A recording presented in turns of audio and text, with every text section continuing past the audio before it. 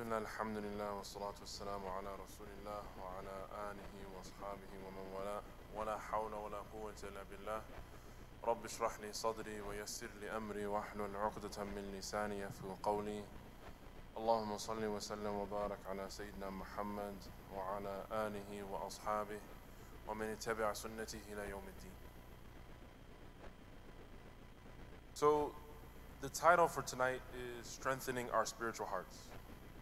And while this is a very vast topic that my teachers and our teachers have talked about and written about extensively, I wanted to sort of capitalize and camelback off of what we spoke about earlier in the khutbah to see if we can come up with some practical tips together collectively so that we can grow as a community and take advantage of this month of Muharram and grow spiritually with Allah subhanahu wa ta'ala.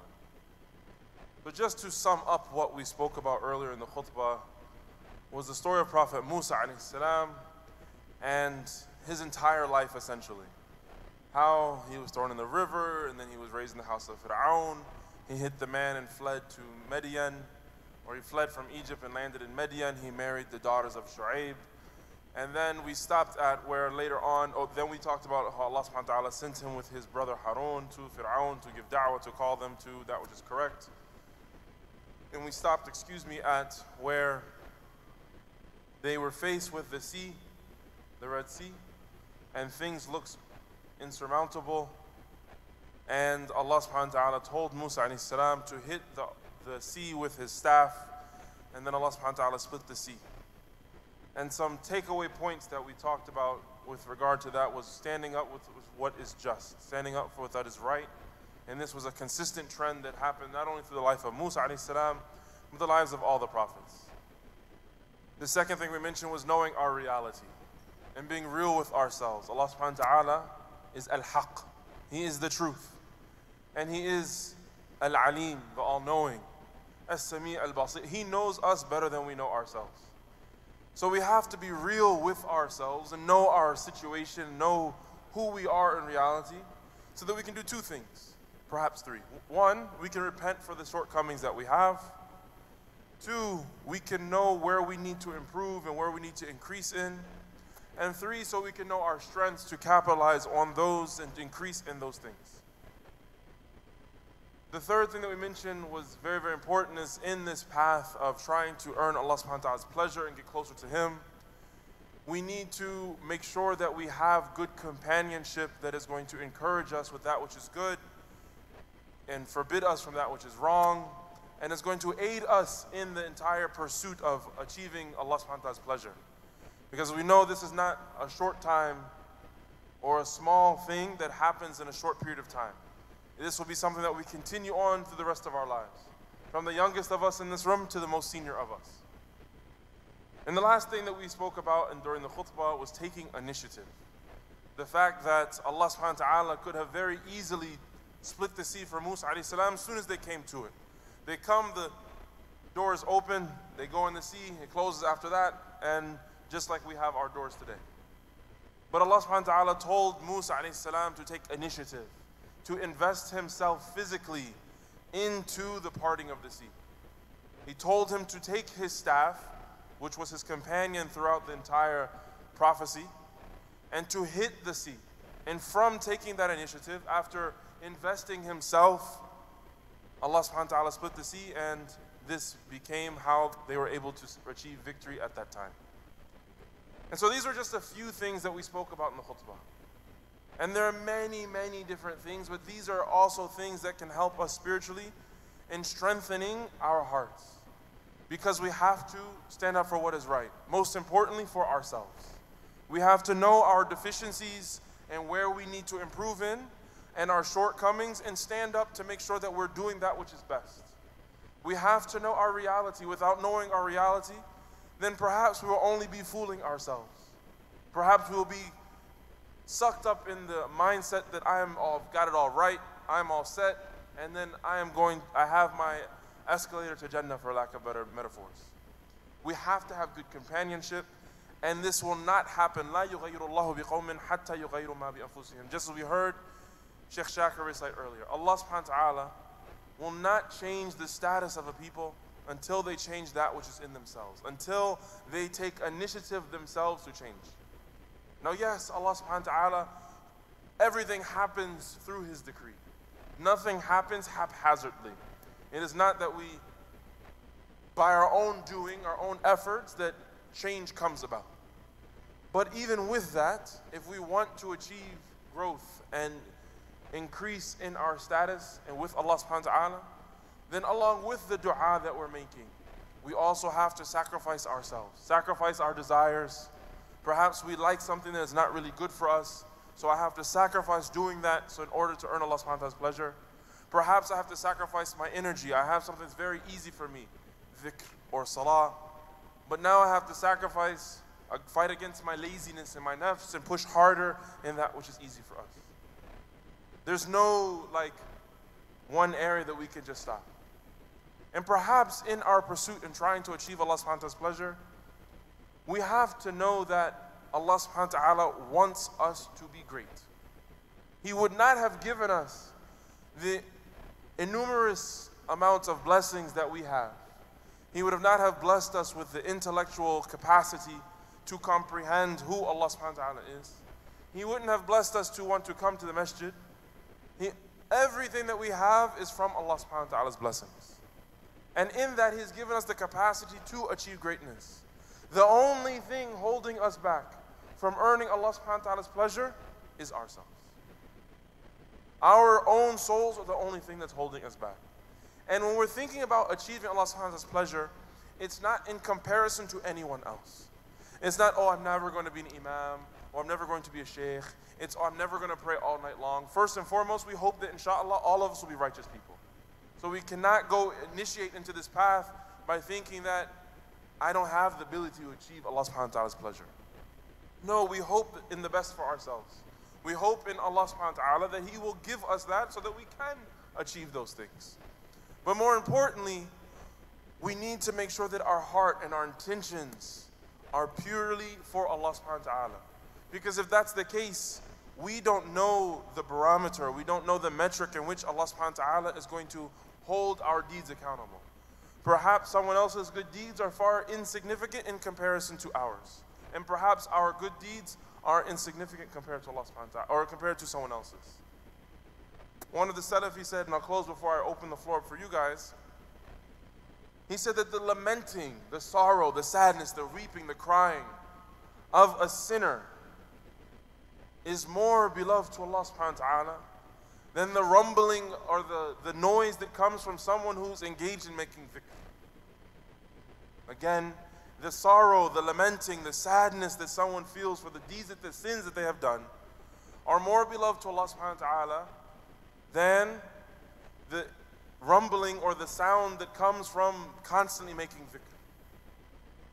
And this is because, as the Prophet ﷺ said, that if we, or as Allah subhanahu wa ta'ala said rather, if we were to not sin, then He would replace us with the people who did sin so He can forgive them. And as one of my teachers mentioned, that inshallah He will replace us by us going to Jannah inshallah and then putting more people here. But so the asl, the foundation of this, Allah subhanahu wa ta'ala wants to forgive us. But why is the lamenting of someone who has sinned more beloved? Because when we have sinned and we feel bad for it, we're feeling really down, we're asking Allah subhanahu wa ta'ala to forgive us. This is rooted purely in, if we have the right intention, obviously we could feel sad because someone saw us do it, but if we're truly, our sadness is for Allah subhanahu wa ta'ala, then this is a status in which it's purely for His sake and His sake alone. And this is something khalis lillahi subhanahu wa ta'ala, it's purely for Allah. And that is what is causing this sorrow and sadness. But perhaps the tasbih, the dhikr that someone else is doing has other ulterior motives. I want everyone to see me with my sibha. I want to see them, I perfected my salah. Perhaps, as I mentioned in the khutbah earlier, perhaps I am consumed with myself. Ooh, look at me, I prayed today, alhamdulillah. I made 1,000 salawat today. I did astaghfirullah 1,000 times. I have ghurur, I become deluded by my own nature. That has nothing to do with anyone else, but that's a very internal thing. And so this is how we have to be. We can't ever get into a situation where we think there's no hope. As one of my teachers said, that perhaps by us committing a sin, that will be the ticket from which unbeknownst to us, that Allah subhanahu wa ta'ala catapults us into His favor because of that sorrow, because of that sadness, because of the repenting that we do. So now, opening the floor up to everyone here, what can we do? We know we have Ashura on Thursday, and there's deeds that will be forgiven this in the year before the year. Yes, we know that. But in this blessed and sacred month of Muharram, what can we do to start to take initiative to earn Allah subhanahu wa ta'ala's pleasure, and hopefully this be the impetus of growing continuously, in earning His pleasure. So I've spoken enough. I want this to be a conversation. I want this to be something where we give each other ideas. We speak from our hearts, not about ourselves. We don't confess. We don't have confession in Islam. But we really we think deeply about ways in which we can earn Allah subhanahu wa ta'ala's pleasure. Does anyone have any suggestions, comments, questions?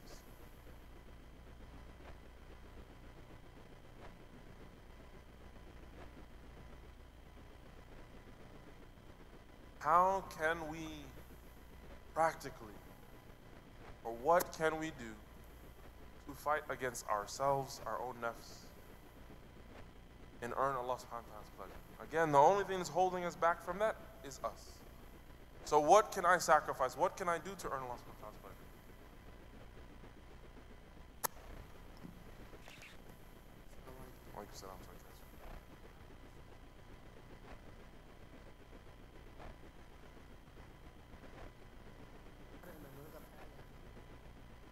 Talking about those who be reluctant in going for jihad, and they say, "Kariha Allahu bi'athahum."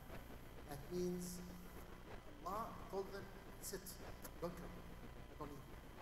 Take this not only for jihad. Let's say for Salat al-Fajr, Salat al-Isha, Salat al-Qiyam al-Layl, after midnight prayers. Don't have the desire. That means Allah subhanahu wa ta'ala doesn't need you. And can you imagine that Allah subhanahu wa ta'ala doesn't need you? Work for us. And I don't want to do it. Think of this. No, Allah, no, I will do it. I want to do it.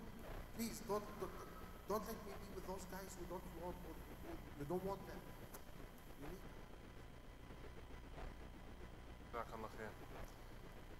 Allah subhanahu wa ta'ala undoubtedly does not need any of us, subhanahu wa ta'ala. But if we, as the brother was mentioning, don't have a desire, something that fuels us inside, and we're fueled by different things. Sometimes it's hope, sometimes it's fear. So perhaps I think I'm so bad that I need to now repent and do good deeds. And perhaps I hope in Jannah and earning Allah subhanahu wa ta'ala's pleasure, I become drunken with that and I'm only focused on Allah and Allah alone. But we have to have a desire that is rooted in a theological basis that Allah subhanahu wa ta'ala is Ar-Rahman Ar-Rahim. That Allah subhanahu wa ta'ala is Al-Adil, He is the most just. That He is Qadir, He is the most capable. That Allah subhanahu wa ta'ala is As-Sami' Al-Basir, He's the all-hearing, the all-seeing. This theological basis has to be what fuels us to have that desire. That we now want to fight against ourselves to earn Allah subhanahu wa ta'ala's pleasure. And as the Prophet ﷺ said, "Ihris ala ma yanfa'ak." Be diligent in that which benefits you. So if you're fueled by fear, that's fine. Be fearful of the torment of hell. Be fearful of not being someone who Allah subhanahu wa ta'ala is conscious or thinking about, is pleased with. If you're fueled by hope, be hopeful in Allah subhanahu wa ta'ala having mercy on us, so do more good deeds so Allah subhanahu wa ta'ala can have mercy on us. If you're fueled by hope and you want Allah subhanahu wa ta'ala's pleasure, then you're going to do everything, sacrifice everything to earn His pleasure. And all of this is fighting against our nafs. Wallahu a'lam. Jazakallah khair. We have a sister. Assalamu alaikum. So I was going to say, something that fuels me is just doing good for the community. So yeah, just doing service for the community is a good action to do to make me feel. So I'm going to, hold on, she's got to keep the mic. I think I broke this mic. You said doing good deeds for the community. In what way? like doing community service, feeding the poor, making all of that stuff. Those are very practical things that we can do, absolutely. What should be our state of mind when we're engaging in these things? Like, do it for Allah, not for yours. Absolutely. Now, if we're talking about doing it for Allah subhanahu wa ta'ala, I'm sorry if I'm picking on you. If we're talking about doing it for Allah subhanahu wa ta'ala, how should I think about me when I'm doing those deeds? So I'm now doing community service. I'm feeding poor, I'm giving away money. What should be the thought that I have about myself? Tricky question. I was just thinking like feeling good about yourself also is helpful, but I don't know. Okay, I'll leave you alone. So the sister said we should feel good about ourselves, that we're doing something that Allah subhanahu wa ta'ala is pleased with. Absolutely. If we ever find ourselves doing something good, we should feel good that we're doing this thing. But also we should feel blessed. Blessed that Allah subhanahu wa ta'ala has given us the ability to do that thing. Blessed that Allah subhanahu wa ta'ala has given us the desire to do that thing. All of these things, and then grateful to Allah subhanahu wa ta'ala for those things. Constantly in a state of shukr and gratitude to Allah subhanahu wa ta'ala. So yes, we should feel good, and our intention should be for Allah subhanahu wa ta'ala, but we should never look at it like I am doing something good, if you understand what I'm saying. Like, because I'm giving this person some food, that I am now inherently good. No, me doing this is because I need it. I want Allah subhanahu wa ta'ala's pleasure. Me doing this is because I'm incredibly deficient and I need to earn Allah subhanahu wa ta'ala's pleasure. Whichever way we're looking at it for, the hope is I need to earn Allah, I'm looking up, I need to earn Allah subhanahu wa ta'ala's pleasure, and the fear is I am deficient, so I need to earn His pleasure. Either way, it's never from a state of looking down. I'm doing this, look how good I am, I feel good now because I'm doing good. And I know you didn't intend that. But that's how we should be. Wallah. Oh, that was it? Can we?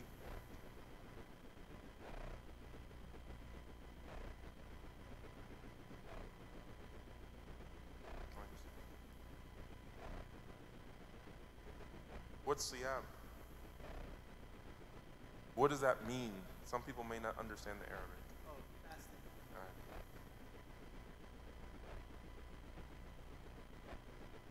right. Absolutely. Why?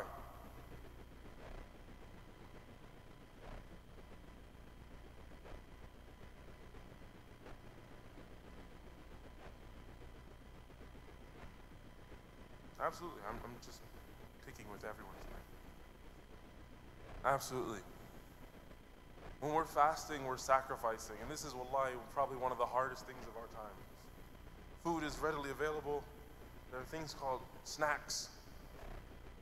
Always something that we can grab onto. But fasting is we're sacrificing our own desires, our stomachs, our hunger, our thirst, for Allah subhanahu wa ta'ala alone. And it's one of the hardest things because no, it's not, it has to be purely for His sake. Granted, I could go around telling everyone I'm fasting today, I'm not going to eat, you know. But truly fasting for Allah subhanahu wa ta'ala is not just our stomachs, but it's our sight, it's our ears, and it's our tongues, our limbs, where we're going and what we're engaging in. All of these things are fasting. And as Imam al-Ghazali mentions, that our stomach is the root of all other ailments. Spiritual ailments, meaning because I'm feeding my stomach, now I'm too lazy to pray. I've got the itis. And now I don't want to get up and make Isha because I'm too full. Perhaps it's because now I have an increased level of desire. I have too much desire to do haram, impermissible things. Perhaps it's now a physical ailment. I've eaten too much and it's caused me to be sick. Whatever it may be, the Imam Ghazali said our stomachs are the root of all these things, so fasting absolutely is a very good thing.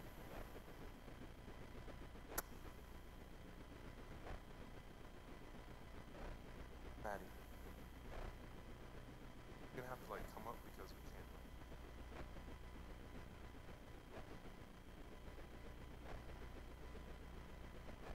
The question is, what are some practical steps that we can do to earn Allah subhanahu wa ta'ala's pleasure and starting to strengthen our hearts in getting closer to Him?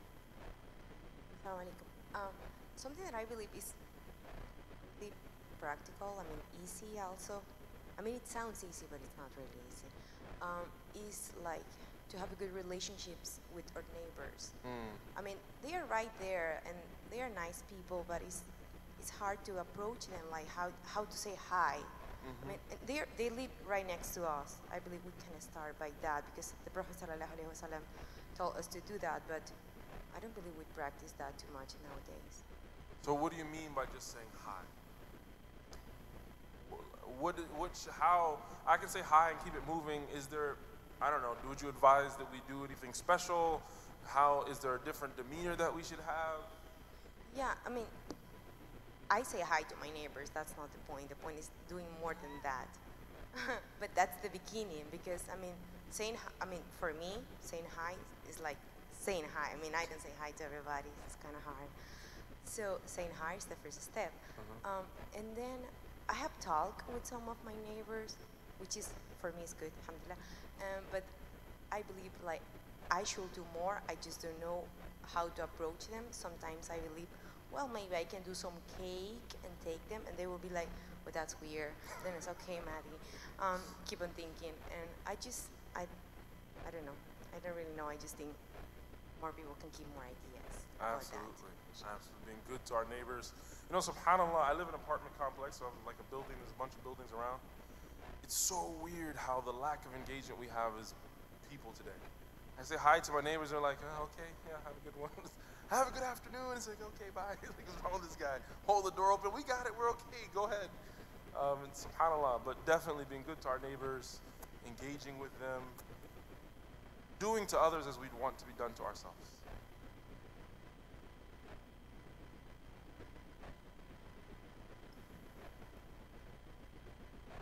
So I think for me, something that's really grounding is working on my relationship with my parents.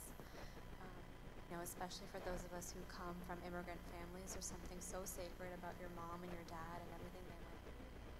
And I feel like in worshiping your parents, you're also worshiping Allah subhanahu wa ta'ala and everything that both your parents and God have given you. It's something that's super humbling and grounding for me. Absolutely. Once again.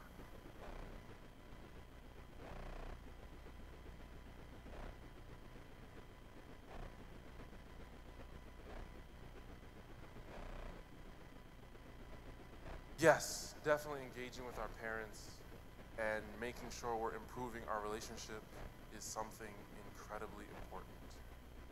And we have to make sure that we talk about this with the caveat that we're talking about not traumatic and not negative relationships, because sometimes the relationships can be because of what has happened in the past or certain things that are going on that can cause distress actually by engaging in. So if you have a healthy relationship, absolutely. And this is also talking about what I was mentioning earlier in suhbah, good companionship. No one is going to want better for us, generally speaking, more than our parents. But in suhbah, in having good companionship, means that sometimes things are not going to be easy. That means that sometimes we're not going to feel comfortable. It means that sometimes I'm going to have to fight against what I want for the better of someone else. That means sometimes maybe I don't want to trust, but I'm going to trust. I'm in an uncomfortable situation for the sake of my parents or the sake of my family. And this is definitely not easy, but with the right intention, we can all do it, inshallah. Absolutely. Assalamu alaikum. One thing Allah subhanahu wa ta'ala asks, something to be consistent, even if it is small in quantity. For any Muslims who are to be to Allah strengthening their heart, salah is the one. 5 times prayer. So inshallah we should, this is my personal, must be praying 5 times a day. That's the most fundamental requirement. If something is lacking in my prayer, coming to the praying on time, something is lacking, and so that will be the beginning of surrender to Allah to the 5 times prayer. And Allah loves the Prophet and anyone who does the salawat. So what I'm trying to say, 5 times prayer and salawat upon the Prophet is really a good way to be. Absolutely. There is nothing more beloved to Allah subhanahu wa ta'ala that, as the Prophet ﷺ said, that no one does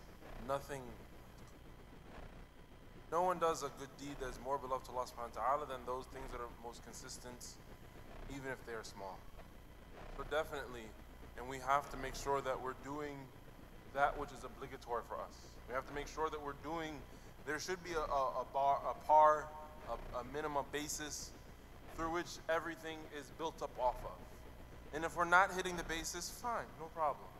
I'm not judging you. I'm not deeming anyone to hell. But let's now work on being better. Let's work on making sure that we're praying 5 times a day. Then we make sure we're praying on time. Then we try to increase the quality of our prayer. Then perhaps we do some extra prayers, etc., etc. But even with that, we can still try to do some of the other things. Absolutely.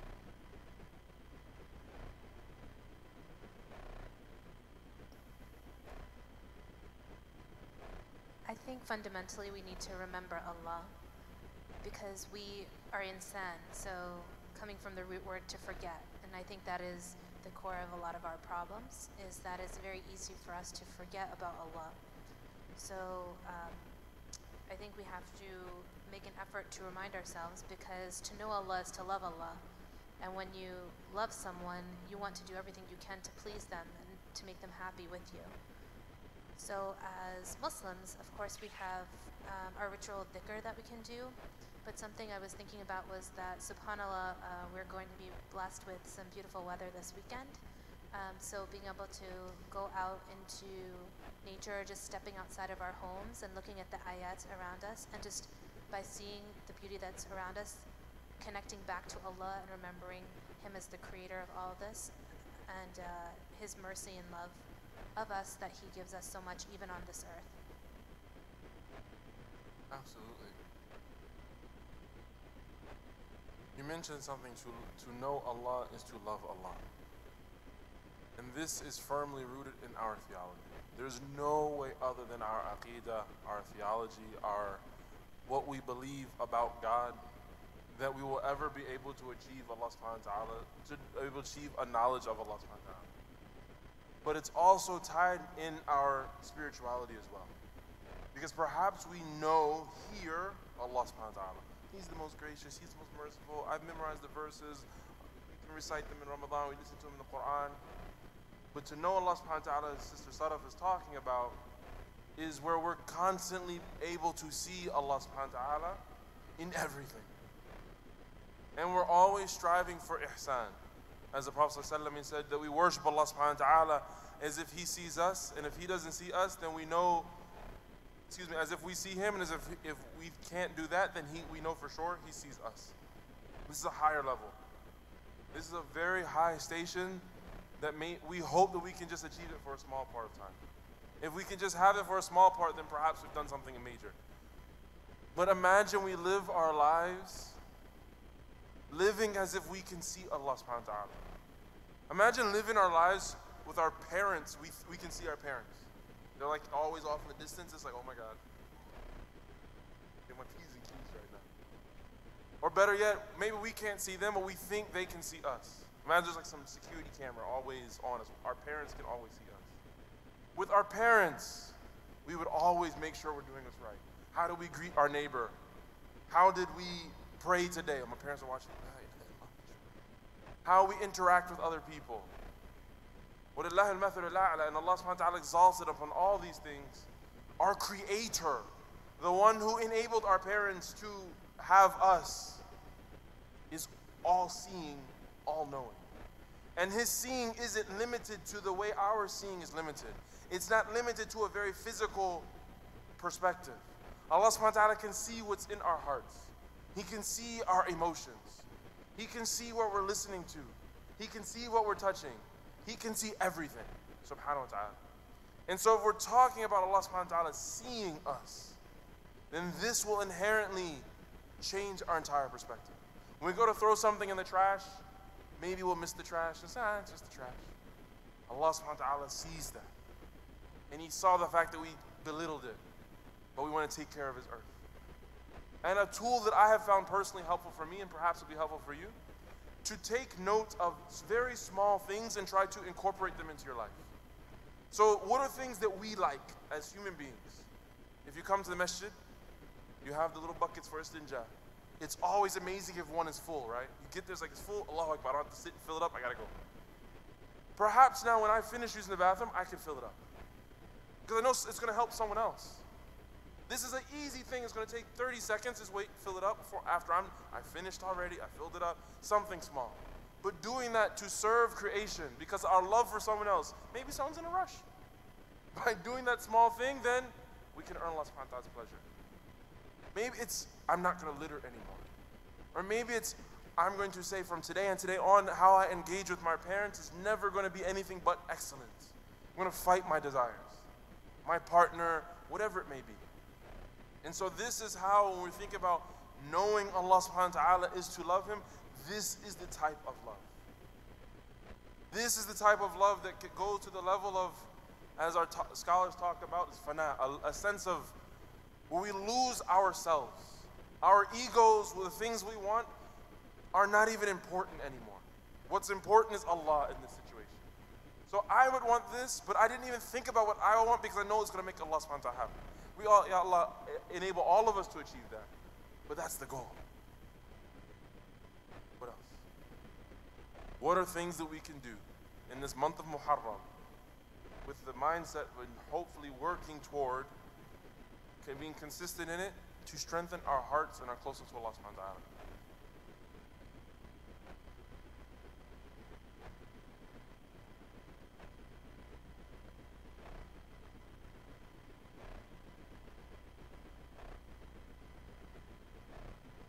Be kind to each other. Allah. That's not an easy one.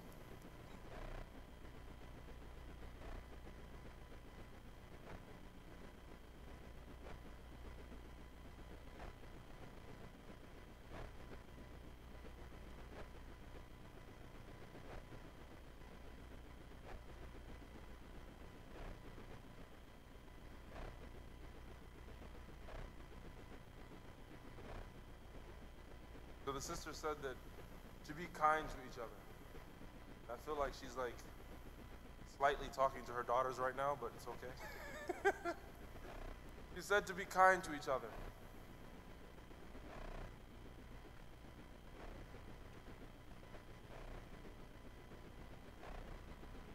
What about being kind? So that couldn't happen. But yes, being kind to each other. And she said even a small word, something kind, kalimatul tayyib is sadaqah. To say something small and kind to each other is a sadaqah. This has to be our mindset. And if we do that with a sense of God consciousness, that is a whole nother level. Imagine living your life, interacting with everyone with kindness to please Allah alone. When that person's been really getting on your nerves, or you're really tired, and someone asks you to do something, or someone is rude to you, how do we interact? What's more important, because as our teachers mentioned, adab, having good manners, is very easy when you're dealing with someone who's a superior. Sheikh Yasif, our mu'adhins, these are people that we look at, our parents, we're naturally going to have adab with them. But how do we have adab with those who are either our peers or lower than us? That is when our character really shines. When someone is, quote unquote, not deserving, they're less than us, whether it's social, economically, intellectually, whatever reason, how do we then deal with them? How do we engage them? Is it that we're looking at it, this is no one? Leave her, Halaqa, she's okay.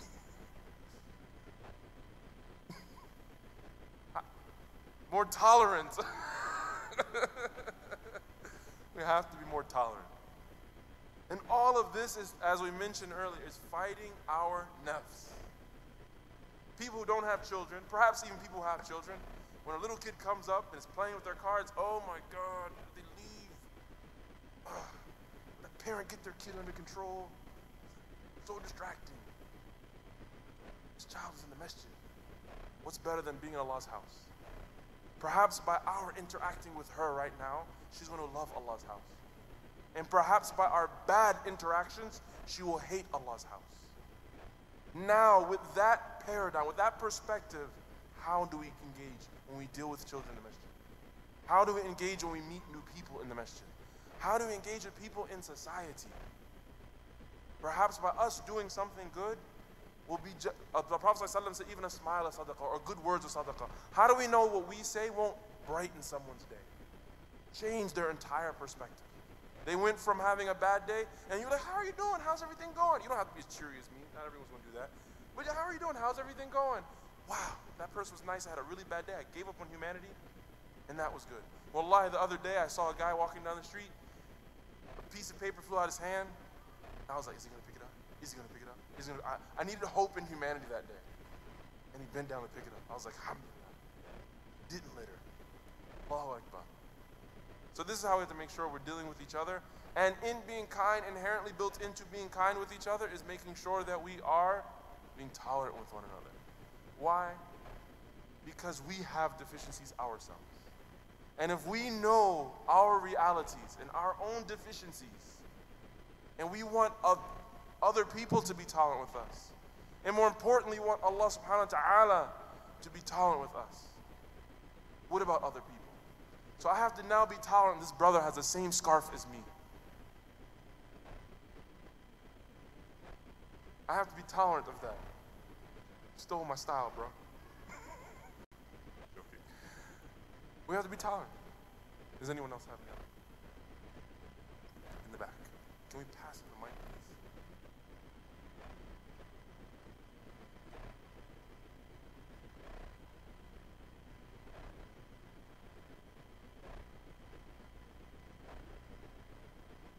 Walaikum salam.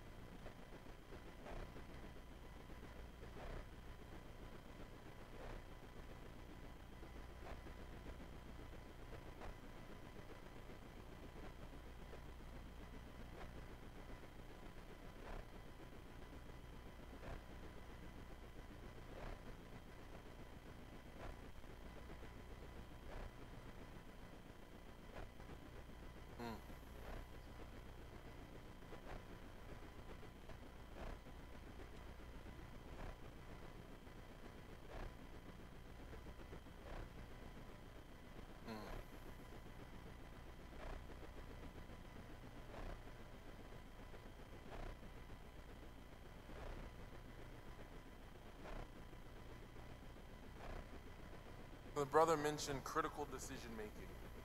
That instead of just acting reactionary, I don't know the adverb, but whatever, being reactionary in how we act, making sure we take a pause and how is this going to impact our lives first and foremost, and two, how is this going to impact our relationship with God? And from this critical decision making is now how we can start to govern our actions. And this essentially is a very beautiful way of saying having taqwa. Having God consciousness. Critical decision making is nothing more than another form of having God consciousness. Because if we're focused on Allah subhanahu wa ta'ala, then that will now hopefully dictate how we act and engage in life. So I've already been given my 5-minute sign. I just want to recap the wonderful things that you guys mentioned. Because inshallah, for one of these things, maybe someone will find easy, we can do inshallah, to strengthen our connection with Allah subhanahu wa ta'ala. So the first thing is we have to have a desire. We have to ask Allah subhanahu wa ta'ala to put in our hearts a desire to love Him, a desire to please Him, a desire to want to earn His pleasure. And ask Allah subhanahu wa ta'ala to remove from our hearts anything that would distract us from other than Him. We have to then try to engage in our communities and give charity. And making sure that this is firmly rooted in our theological basis of doing it for Allah and Allah alone, fighting against our desires and fighting against everything that is not for His sake. The next thing that was mentioned was fasting. Yes, fast Ashura, Thursday, preferably with the day before or the day after, but just engaging in fasting. And because my wife is back to listening, I'm talking to myself now. I need to fast. Um, engaging with our neighbors, making sure that the way in which we're engaging with our neighbors is in a pleasant way, in a way that is how the Prophet ﷺ engaged with his neighbors. The Prophet ﷺ was so well engaged with his neighbors that the companions thought the only thing left was for them to inherit from them, that they had become family members. So making sure that that is the spirit we have when we're engaging with our neighbors.